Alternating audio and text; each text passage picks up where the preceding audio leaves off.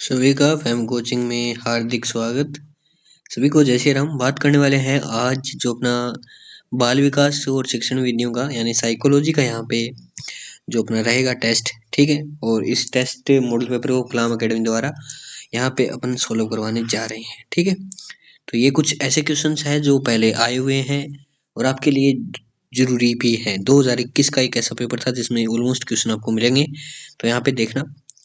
तो read pre से संबंधित साइकोलॉजी के लिए जो वीडियो देखना है वो बिल्कुल देखें वीडियो। 30 क्वेश्चनों का समावेश रहेगा।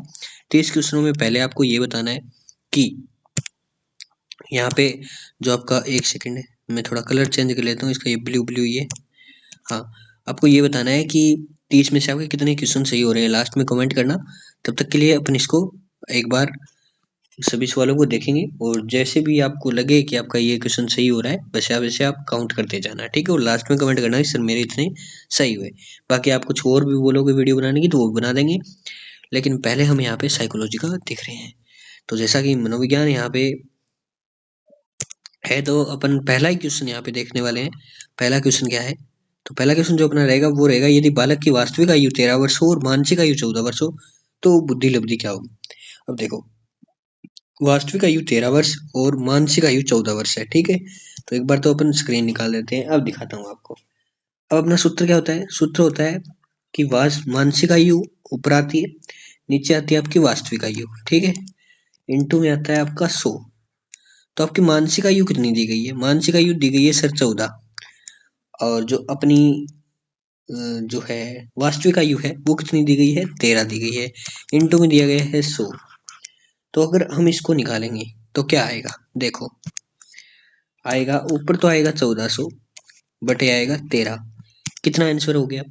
आंसर हो गया जी 107.69, ठीक है। तो अब जिस ऑप्शन में 107.69 दिख रहा है वो अपन यहाँ पे निकाल देंगे। तो यहाँ पे देखिए 107.69 किस ऑप्शन में है जी? ऑप्शन बी में है, बिल्कुल सही ऑप्शन, ठीक है। तो ये बात है।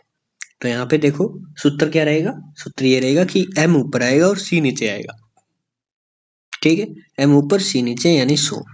तो ये हो गई आपकी मानसिक एम से और वास्तविक आएगी आपकी नीचे, ठीक है। तो ये सूत्र हो गया। अब दूसरा क्वेश्चन देखेंगे अपन। दूसरा क्वेश्चन हमारा है कि सीखने का क्लासिकल जो यहाँ पे कंडीशनिंग सिद्धांत है वो किसने प्रतिपादित किया था? तो हमें पता है कि सीखने का क्लासिकल सिद्धांत जो है वो पावलोव ने दिया था, ठीक है। तो बी ऑप्शन यहाँ पे राइट हो जाएगा। ओके, तो दो ऑप्शन यहाँ पे हमने दो क्वेश्चन यहाँ पे कर लिए। अब तीसरे क्वेश्चन की बारी है। तीसरा क्वेश्चन देखते हैं। तीसरा क्वेश्चन है, बाल अपराध का कारण क्या है? अब बाल अपराध का कारण क्या होता है? क्या माता पिता में अनबन रहना, परिवार के सदस्यों का सहानुभूतिपूर्ण व्यवहार, परिवार में आपस में सहमति से कार्य होना, समृद्ध परिवार। अब देखो ध्यान दो, इसमें अलग चीज क्या है? अलग चीज मैं बताता हूँ। बाल अपराध का कारण है यानी कुछ ऐसा हो जाए जिसकी वजह से वो बाल अपराध कहलाए, तो उसमें सबसे बड़ी भूमिका किस चीज की रहेगी? मतलब बच्चे के प्रति चिड़चिड़ा व्यवहार सबका रहना, या बच्चा किसी तरह की लड़ाई देखे, कोई चीज ऐसी देखे जो उसके लिए गलत है, तो वो चीज वही आचरण करेगा वो। तो क्या एक परिवार में सदस्यों की सहानुभूतिपूर्ण व्यवहार यानी आपका अच्छा व्यवहार है बच्चे के साथ, तो क्या वो ऐसा काम करेगा? बिल्कुल नहीं करेगा। तो ये ऑप्शन गलत। परिवार में आपसी सहमति से कार्य लेना, ये यही अच्छी बात है, तो ये भी नहीं करेगा। समृद्ध परिवार, ये भी अच्छी बात है, ये भी नहीं करेगा। समृद्ध और गरीब परिवार से इसका कोई लेन देन नहीं है। बात आती है माता पिता में अनबन रहना, बिल्कुल ये सही पॉइंट यहाँ पे हो जाएगा। ओके, ये थोड़े अप्लाइड क्वेश्चन होते हैं, ध्यान से पढ़ा करो, ठीक है। कहीं से उठा कर नहीं दिया जाता, सीधा किताब से। किताब में कहीं नहीं मिलेगा आपको कि बाल अपराध का कारण क्या, ऐसे नहीं होता है। ये कुछ अप्लाइड क्वेश्चन है, ठीक है, इनको ध्यान में रखना। देखो अगला क्वेश्चन क्या है, बालकों के मुफ्त एवं अनिवार्य शिक्षा अधिकार अधिनियम 2009 में से निम्न में से किस पर ध्यान नहीं दिया गया है? अब जिसमें ध्यान दिया गया है वो देखते हैं अपन कौन कौन से, ठीक है। जिसमें ध्यान नहीं दिया गया है तो देखेंगे। तो देखो, अध्यापकों को प्रशिक्षण सुविधा प्रदान करना, इस पर बिल्कुल ध्यान दिया गया है। आरटीई 2009 के अनुसार इस पर ध्यान दिया गया है। घुमंतु बालकों के प्रवेश को सुनिश्चित करना, बिल्कुल इस पर भी ध्यान दिया गया है। अकेडमी के कैलेंडर को निर्धारित करना, बिल्कुल इस पर भी ध्यान दिया गया है।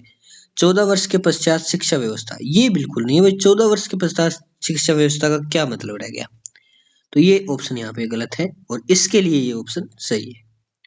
ओके, तो यहाँ पे 4 नंबर ऑप्शन बिल्कुल सही हो जाएगा। 5 नंबर सब्सक्राइब कर लेना सारे, और ये पीडीएफ आपको अपने टेलीग्राम में मिल जाएगी, टेंशन मत लो। ठीक है, निम्न में से कौन सा चरण शोध के क्रियात्मक अनुसंधान बनाता है? कौन सा चरण शोध को क्रियात्मक अनुसंधान बनाता है? बताओ बताओ बताओ जल्दी। यहाँ पे कौन सा चरण शोध के क्रियात्मक अनुसंधान को बताता है? तो यहाँ पे उपकल्पनाओं का निर्माण। अब ये टिक जो यहाँ पे लगी है ना, ये मत देखा करो आपकी ये टिक यहाँ पे लगी है सही भी है या गलत है। बाकी में आप 4 ऑप्शन देखते हैं, उन पे जो टिक लगा था वही सही था, लेकिन इसमें ऐसा है कि इसमें जो टिक लगा है वो सही नहीं है। ठीक है, तो ये थोड़ा ध्यान दिया करो, जो पेपर पे टिक लगे होते हैं उनको माना मत करो कि ये सर तो इसमें टिक लगा रखा है वैसे ही पढ़ रहे हैं, ऐसा नहीं है, ऐसा नहीं है। अब यहाँ पे सही क्या हो जाएगा? चरण शोध का क्रियात्मक अनुसंधान क्या बनाता है? प्रोग्राम का क्रियान्वयन एवं मूल्यांकन। तो ये इसका सही ऑप्शन है, B is right option. Okay, और फिर भी आपको लगता है कोई किसी क्वेश्चन में गलती होगी तो आप उसका राइट आंसर जो है कमेंट कर देना, मैं उसको पिन कर दूंगा। ओके, तो इसमें कोई दो राय नहीं है। जैसे देखो, गलत इन्फॉर्मेशन कहीं नहीं जानी चाहिए, मेरा तो ये कहना है। मैं जो गलती है अपनी मान लेता हूँ, अगर कोई क्वेश्चन हो सकता है, जरूर थोड़े सारे मुझे आते हैं यार, हो सकता है कोई एक आध गलत हो जाए या बताया गलत जाए, दिमाग में कुछ और चल रहा हो, तो थोड़ा सा वो हो जाता है कई बार। तो अगर किसी को लगे ये सर आपका गलत है तो आप उसे बता देना, मैं उसको पिन कर दूंगा, कोई दिक्कत नहीं। बाकी मैं देखो जहाँ से मतलब इतना पहले पेपर देखता हूँ फिर उसका विश्लेषण करता हूँ, तो मेरे हिसाब से सही बताने की कोशिश करता हूँ आपको। एनसीएफ 2005 में कला शिक्षा को जोड़ने का उद्देश्य है। कला शिक्षा को जोड़ने का उद्देश्य क्या है? एनसीएफ 2005 में कला शिक्षा को जोड़ने का उद्देश्य है वैज्ञानिक दृष्टिकोण का विकास। मेन उद्देश्य ये है। तो यहाँ पे सीधा ही देखते ही पता चल रहा है कि दूसरा ऑप्शन अपना सही है, बाकी टिक तो यहाँ पे लगा है देखो, तो ये ऑप्शन बिल्कुल गलत है, ऐसा नहीं है। ओके, 7 नंबर क्वेश्चन देखते हैं। तो 7 नंबर क्वेश्चन में क्या है? विकास कभी न समाप्त होने वाली प्रक्रिया है, यह विचार संबंधित है। विकास कभी न समाप्त होने वाली प्रक्रिया है, ये जो है किससे संबंधित है? बताओ। विकास कभी न समाप्त होने वाली प्रक्रिया है, तो ये देखो एक आपको पता होगा कि कभी न समाप्त होने वाली प्रक्रिया मतलब विकास एक निरंतर प्रक्रिया है। ठीक है, कभी न समाप्त होने वाली है तो निरंतर प्रक्रिया है। तो आपको निरंतर इसमें कहाँ से दिख रहा है, कहाँ समझ आ रहा है आपको कि निरंतरता के सिद्धांत से? तो यहाँ पे समझ आ रहा है कि गुरुजी निरंतरता यहाँ पे दिख रहा है हमें, तो ये सही हो जाएगा। ओके, कुछ अप्लाइड क्वेश्चन होते हैं जिनमें सीधा देख कर ही पता चल जाता है कि ये इस तरीके से। निम्नलिखित में से कौन सा बुद्धि का घटक नहीं है? अब बुद्धि का घटक कौन सा नहीं है बताओ? बुद्धि का घटक कौन सा नहीं है? तार्किक चिंतन ये बुद्धि के अंतर्गत आता है। अब चिंतन करेंगे, तर्क वितर्क जो भी है वो सारे बुद्धि के घटक हैं। स्मृति यानी याद, याद भी आपका बुद्धि का ही घटक है। अनुभवों से सीखना यानी आपको एक्सपीरियंस, वो भी आपका बुद्धि ही है। व्यावसायिक रुचियां, अब व्यावसायिक रुचियों में जैसे आपका व्यापार वगैरह हो गया, तो वो चीज आपका बुद्धि से रिलेट यहाँ पे नहीं करता, व्यावसायिक चीजें हो गई वो। ठीक है, अपना कार्य हो गया। अब कार्य में अपना फिजिकल डिवीजन आ जाता है, तो उसमें अपन ऐसे नहीं फिजिकल डिवीजन में यहाँ पे कोई जियोग्राफी का वर्ड लेके आ गया, मतलब फिजिकल जो अपनी क्रिया होती है वो आ जाती है। ठीक है,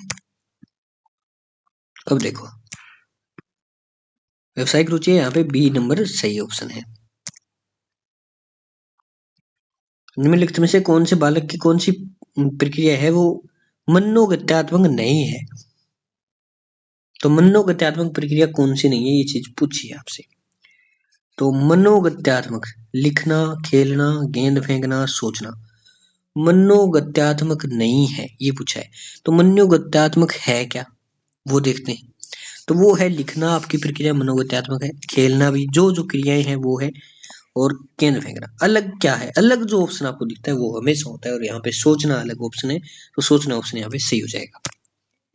ठीक है, बाकी शारीरिक सारी क्रिया है, लेकिन ये जो क्रिया है ये अपनी जो है शारीरिक क्रिया नहीं है। ओके, अब नेक्स्ट देखते हैं 10 नंबर क्वेश्चन। व्यक्ति को मापने के लिए 16 पीएफ प्रश्नावली किसने दी? अब 16 पीएफ प्रश्नावली हमें पता है कि केटल ने दी थी। 16 पीएफ प्रश्नावली केटल ने दी थी। तो केटल यहाँ पे आपको कहाँ दिख रहा है? जी मुझे यहाँ दिख रहा है केटल, तो सी ऑप्शन यहाँ पे राइट हो जाएगा। अब 11 नंबर क्वेश्चन देखते हैं। निम्नलिखित में से कौन सी विशेषता जो है क्या है, कौन सी विशेषता प्रतिभावान शिक्षार्थी की, अब प्रतिभा जो वान शिक्षार्थी है उसकी कौन सी विशेषता रहेगी? तो वो चीज है। तो कौन सी विशेषता रहेगी या मतलब कौन सी विशेषता नहीं है यहाँ पे नहीं पूछा, कौन सी है पूछा है। तो देखो कौन सी है। वह यदि कक्षा की गतिविधियां अधिक चुनौतीपूर्ण नहीं होती तो वह कम प्रेरित अनुभव करता है और उब जाता है। वह आक्रामक और कुंठित हो जाता है, ये नहीं होगा भाई बिल्कुल भी, आक्रामक और कुंठित होना ये चीज बिल्कुल अलाउ नहीं है एक अच्छे प्रतिभावान स्टूडेंट की। वह रस्मी व्यवहार करता है, जैसे हाथ थपथपाना, हिलाना, ये जो छिछोरे होते हैं उनकी हरकत होती है, ठीक है। बहुत ही तुनक मिजाजी होता है, मतलब ये बिल्कुल ऑप्शन यहाँ पे सही नहीं है। तो यहाँ पे जो पहला ऑप्शन बचता है, अब पहला ऑप्शन समझ नहीं आता है आपको, ऐसे कम प्रेरित अनुभव करता है, उब जाता है, तो ये चीजें आपको समझ नहीं आती, तो आप अलग देखो अलग क्या चीज है। अब ये जो तीनों व्यवहार दर्शाए गए हैं ये मतलब गुस्से वाले स्टूडेंट या मतलब कोई अच्छा नहीं है उस चीज को दर्शाता है ये। तो यहाँ पे अलग ये है,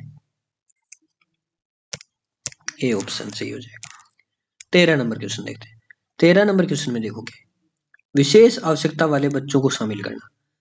अब उनके लिए क्या कंडीशन होगी वो चीज यहाँ पे पूछी है, ठीक है। तो 12 नंबर में कौन सा ऑप्शन यहाँ पे सही होगा बताओ। एक अवास्तविक लक्ष्य है, विद्यालयों पर भार बढ़ा देना, शिक्षण के प्रति दृष्टिकोण, विषय वस्तु धारणा परिवर्तन की अपेक्षा रखता है, जिनमें अक्षमता न हो, बच्चों के लिए हानिकारक है। विशेष आवश्यकता वाले बच्चों को शामिल करना है किसके अंतर्गत, शिक्षा के प्रति दृष्टिकोण, विषय वस्तु और धारणा परिवर्तन की अपेक्षा रखता है। तो यहाँ पे ये ऑप्शन बिल्कुल सही हो जाएगा, सी ऑप्शन यहाँ पे बिल्कुल राइट ऑप्शन है, ठीक है। अब उसके बाद देखते हैं, अब सी ऑप्शन यहाँ पे बिल्कुल राइट हो जाएगा, जो आपको दिख रहा होगा सी ऑप्शन, ओके। अब चलते हैं नेक्स्ट क्वेश्चन पे। 13 नंबर क्वेश्चन यहाँ पे हमारा है। तो 13 नंबर क्वेश्चन जो हमारा यहाँ पे दिख रहा है वो है, समस्या समाधान नहीं है। अब समस्या समाधान क्या नहीं है, लक्षणोमुखी समस्या समाधान नहीं है, और एक कौशल है जो सीखा जा सकता है, जिसका जो है ये समस्या समाधान है वो देखते हैं अपन। तो लक्षणोमुखी है समस्या समाधान, और समस्या समाधान एक कौशल है जो सीखा जा सकता है, जिसका अभ्यास किया जा सकता है, बिल्कुल है। समझ और कर्मिक चरणों पर प्रयोग करते हैं, और संगीत संबंधी योग्यता के बारे में। अब समस्या समाधान है वो बाकी तीन तो समझ आ रहा है, लेकिन संगीत का प्रयोग यहाँ पे कहाँ से आ गया, तो ये चीज बिल्कुल समझ नहीं आ रही। तो चौथा ऑप्शन यहाँ पे राइट हो जाएगा, ठीक है। अलग जो आपको दिखे वो ऑप्शन यहाँ पे हमेशा राइट होता है।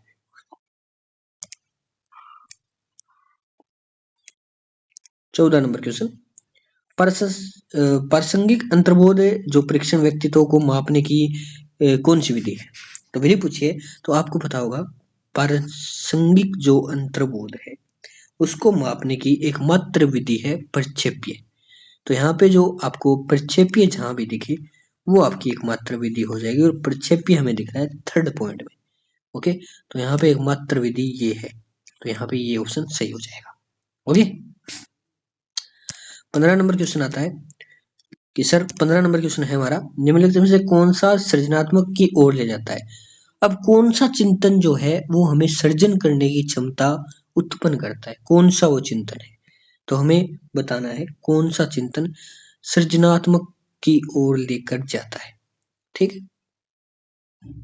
सृजन करना मतलब किसी चीज को बढ़ावा देना, और बढ़ावा देना तो हमें पता होगा। यहाँ पे देखो मैं एक चीज बताता हूँ आपको, अभिसारी चिंतन और अपसारी चिंतन, दो चिंतन दिख रहे हैं, ये तो बिल्कुल नहीं होंगे समैंगिक और अहवादी। बात आती है इन दो चिंतन के बीच में कि सर अभिसारी सृजनात्मक होता है या अपसारी सृजनात्मक होता है। इस चीज को एक छोटे से हिसाब से समझे, मैं तरीका बता रहा हूँ मेरा, बाकी अलग अलग का सबका अलग होगा। देखो सीधी सीधी बात बताता हूँ, अभिसारी का तो मतलब होता है इकट्ठा करना, मतलब किसी चीज को एक जगह करना, एक जगह करना किसी चीज को, ऐसे ऐसे ऐसे करके एक जगह करना। अब सारी का मतलब क्या है, ये तो सारी ऐसे गई मान लीजिए, ठीक है। और अभिसारी में क्या करते हैं, एक चीज से फैलता है वो चीज, तो वो अपसारी है। और सृजनात्मक का मतलब हमारा क्या है यहाँ पे, कि कुछ चीज को बढ़ावा देना, और बढ़ावा यहाँ से मिल रहा है, ये चीज बढ़ रही है, फैल रही है। तो अपसारी चिंतन यहाँ पे सही ऑप्शन हो जाएगा। 16 नंबर क्वेश्चन अपन देखेंगे। 16 नंबर क्वेश्चन में है, बाल केंद्रित शिक्षण विधि का अर्थ है। अब बाल केंद्रित शिक्षण विधि का अर्थ क्या रहेगा, देखो, बच्चों को शिक्षक का अनुसरण एवं अनुकरण करने के लिए कहना, ये बाल केंद्रित शिक्षण नहीं है, बिल्कुल नहीं है। बच्चों को पूर्ण रूप से स्वतंत्रता देना, बिल्कुल नहीं है। बच्चों को नैतिक शिक्षा देना, बिल्कुल नहीं है। बच्चों की अभिव्यक्ति और उनकी सक्रिय भागीदारी को महत्व देना, ये राइट ऑप्शन है। तो यहाँ पे बिल्कुल राइट जो ऑप्शन होगा वो हो जाएगा अपना डी ऑप्शन, बिल्कुल राइट। ठीक है। 17 नंबर क्वेश्चन क्या है, रेबिन प्रोग्रेसिव मैट्रिसेस, ठीक है, का प्रयोग जो किस चीज को मापने के लिए किया जाता है। अब रेबिन प्रोग्रेसिव मैट्रिसेस का प्रयोग सीधा सीधा आपको पता होगा कि बुद्धि मापने के लिए किया जाता है ना अधिगम। अधिगम तो देखो सीखना होता है और सीखने को कभी मापा नहीं, ठीक है। व्यक्तित्व को भी मापा नहीं जा सकता। सृजनात्मक, चलो ये मान लेते हैं कि किसी भी आधार पे कोई भी विधि इनको अगर मापने की होती है तो रेबिन प्रोग्रेसिव मैट्रिक्स जो विधि है वो सिर्फ बुद्धि को मापती है। तो यहाँ पे अपन को ध्यान देना है, ये बुद्धि को मापने की विधि रेबिन प्रोग्रेसिव होती है। ठीक है। तो यहाँ पे 18 नंबर क्या रहेगा, 18 नंबर रहेगा वाइगोत्स्की के अनुसार बालक सीखते हैं। अब बालक किससे सीखते हैं, तो वाइगोत्स्की के अनुसार जो अपने ये है एक विशेषज्ञ हैं, इन्होंने क्या कहा कि इनके अनुसार जो बालक सीखते हैं वो कैसे सीखते हैं, ये चीज पूछिए। तो अनुकरण से, यानी अनुकरण फॉलो करना होता है, फॉलो करने से सीखते हैं। बिल्कुल ये बात किसी हद तक सही है, किसी हद तक सही है। वयस्कों और समवयस्कों के साथ परस्पर क्रिया से जब पुनर्बलन प्रदान किया जाता है परिपक्व होने से, तो ये परिपक्व वाला तो देखो गलत बात है, आदमी हर एज में सीखता है। जब पुनर्बलन प्रदान किया जाता है, ये भी बिल्कुल गलत हो जाएगा। यहाँ पे दो पे बात अटकती है कि सर बालक किससे सीखते हैं। पहली बात तो ये आती है, तो बालक अनुकरण से सीखते हैं, बिल्कुल सीखते हैं, सही बात है। लेकिन पूछा क्या गया है, पूछा गया है वाइगोत्स्की के अनुसार बालक किससे सीखते हैं, तो उसका एक प्रॉपर डेफिनेशन होगा और वो है बी। बी ऑप्शन यहाँ पे राइट है। मैं एक बार इसको क्लियर करूंगा और बी ऑप्शन आपको दिखाऊंगा कि बी ऑप्शन है वयस्कों और समवयस्कों के साथ परस्पर क्रिया से। ठीक है। अब आता है 19 नंबर क्वेश्चन, किस मनोवैज्ञानिक के द्वारा सर्वप्रथम बुद्धि परीक्षण का निर्माण किया गया। अब बुद्धि परीक्षण का सर्वप्रथम निर्माण किसने किया, बताओ। अब एक क्वेश्चन ऐसा पहले भी आया था, कैटल वाला।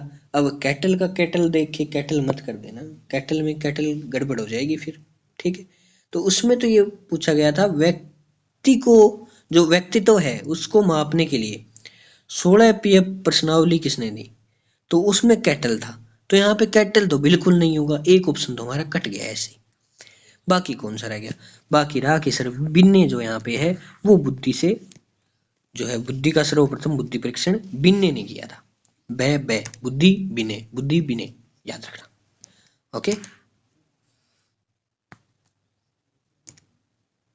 अब यहाँ पे नेक्स्ट क्वेश्चन है, एक शिक्षक द्वारा प्रतिभाशाली बालकों के उत्थान के लिए कौन सा प्रयास किया जाएगा।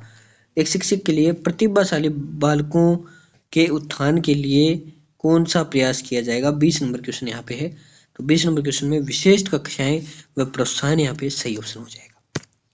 21 नंबर क्वेश्चन पे आते हैं, शिक्षा के आरटी 2009 है, प्रति सप्ताह न्यूनतम कार्य घंटों की संख्या। ये क्वेश्चन बहुत बार पूछा जाता है, अब तो लोकल क्वेश्चन हो गए। तो यहाँ पे कितने घंटे आपके जो है प्रति सप्ताह रहेंगे, तो यहाँ पे 45 घंटे, सबको पता है ये चीज, बिल्कुल नॉर्मल सा क्वेश्चन है। 22 नंबर क्वेश्चन आता है, 22 नंबर क्वेश्चन है, एक विद्यालय के प्रधानाचार्य द्वारा विद्यार्थियों के विभिन्न संवेगात्मक समस्याओं के कारणों को पहचानने व उन्हें दूर करने हेतु कौन सा अनुसंधान किया जाता है। अब वो अनुसंधान बताओ भाई, कौन सा अनुसंधान किया जाता है। तो पहला क्रिया प्रसूत अनुबंधन, सॉरी ये अगला क्वेश्चन बोल दिया, एक सेकंड रुकना, दोबारा पढ़ते हैं। एक विद्यालय के प्रधानाचार्य द्वारा विद्यार्थियों को विभिन्न संवेगात्मक जो है यहाँ पे कारणों को पहचानने के लिए, तो क्रियात्मक अनुसंधान यहाँ पे सही ऑप्शन हो जाएगा। ठीक है। नेक्स्ट क्वेश्चन की ओर बढ़ते हैं। नेक्स्ट क्वेश्चन है 23 नंबर, निम्नलिखित में से कौन सा सिद्धांत परिणामों द्वारा सीखने की से संबंधित है। अब क्रिया प्रसूत अनुबंधन है ना, वो अपना जो है परिणामों किससे, जो परिणामों द्वारा हम सीखते हैं उससे संबंधित है ये सिद्धांत। ठीक है। तो यहाँ पे सही ऑप्शन हो गया ए।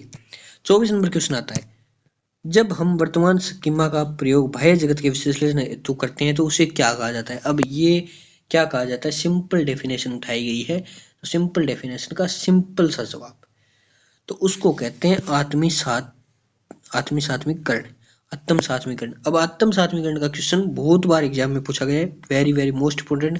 ठीक है, ये क्वेश्चन बहुत बार पूछा गया है। निम्नलिखित में से कौन सी प्रक्षेपीय परीक्षण की विशेषता नहीं है? अब प्रक्षेपीय परीक्षण की विशेषता कौन सी नहीं है, ये चीज यहाँ पे पूछी गई है।